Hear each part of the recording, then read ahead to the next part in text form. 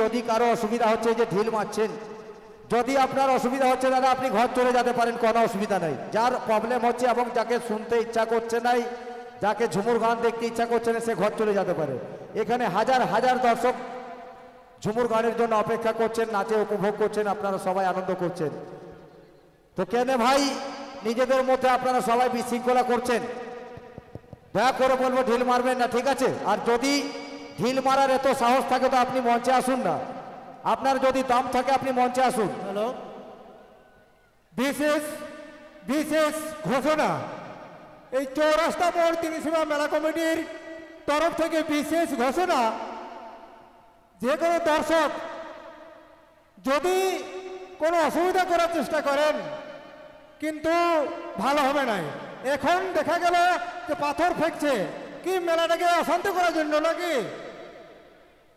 তখন ভাবা গেল যে দর্শক কিছু খারাপ আছে, অতক্ষণ বোঝা গেল নাই যে এত সুন্দরভাবে এই প্রোগ্রামটা সাকসেস হতে চলেছে, এখন কিন্তু একটু পাথর ফেঁকে দিচ্ছে। এটা কিন্তু খুব অন্যায়, যদি ধরা পড়ে যাওয়া যায় কিন্তু কঠোর কঠোর শাস্তি পাবেন।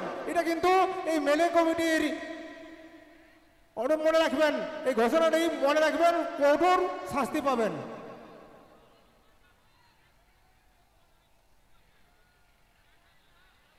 মেলা কমিটির তরফ থেকে অনুরোধ করা হচ্ছে আপনারা শান্তিভাবে এই প্রোগ্রাম দেখুন, শান্তিভাবে প্রোগ্রাম দেখুন। এত সুন্দর প্রোগ্রাম কিভাবে সাকসেস হতে চলেছে আপনারা অবশ্যই যদি ভালো দর্শক হয়ে থাকেন অন্তর দিয়ে বুঝতে পারবেন যে একটা মেলা করা মানে কতটা চেষ্টার ফলে এই মেলাটা আজ সাফল্য মণ্ডিত হতে চলেছে। দর্শকদের প্রতি অনুরোধ আপনারা খুব ভালো ভালোভাবে শান্তিভাবে এই মেলায় আনন্দ উপভোগ করুন, আনন্দ উপভোগ করুন। গোলমাল করার চেষ্টা করবেন না।